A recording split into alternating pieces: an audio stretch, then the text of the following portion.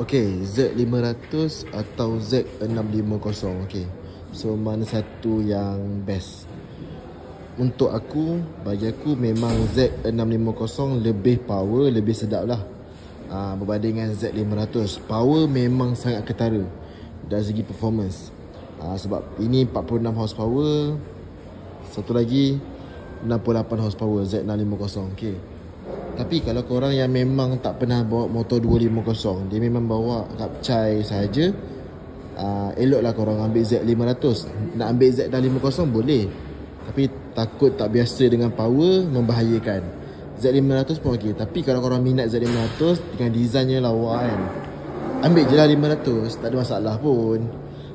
Sebab in term of technology, motor dia cukup je. Ada ABS, ada TFT meter, kira dah okey dah sangat lah motor ni. Design pun cantik. Aku rasa korang boleh skip 250, terus ambil 500. Nak senang bawa. Okay, satu lagi, maintenance dia rendah, sama. 2 botol minyak hitam. Z650 pun 2 botol minyak hitam. Cuma tayar, untuk tayar 150, Z650 160. Walaupun saiz tak banyak beza, tapi tayar untuk 150 tak ada untuk 160. Faham? Contoh Rosso 3 150 lah paling besar. 160 kena pakai Rosso 4. Susah nak dapat Rosso 3 160. So tayar dah mahal untuk Z650.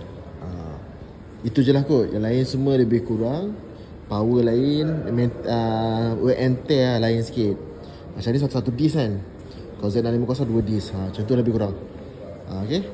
So tepuk dada, tanya poket dulu. Tanya minat, tanya poket. Okay.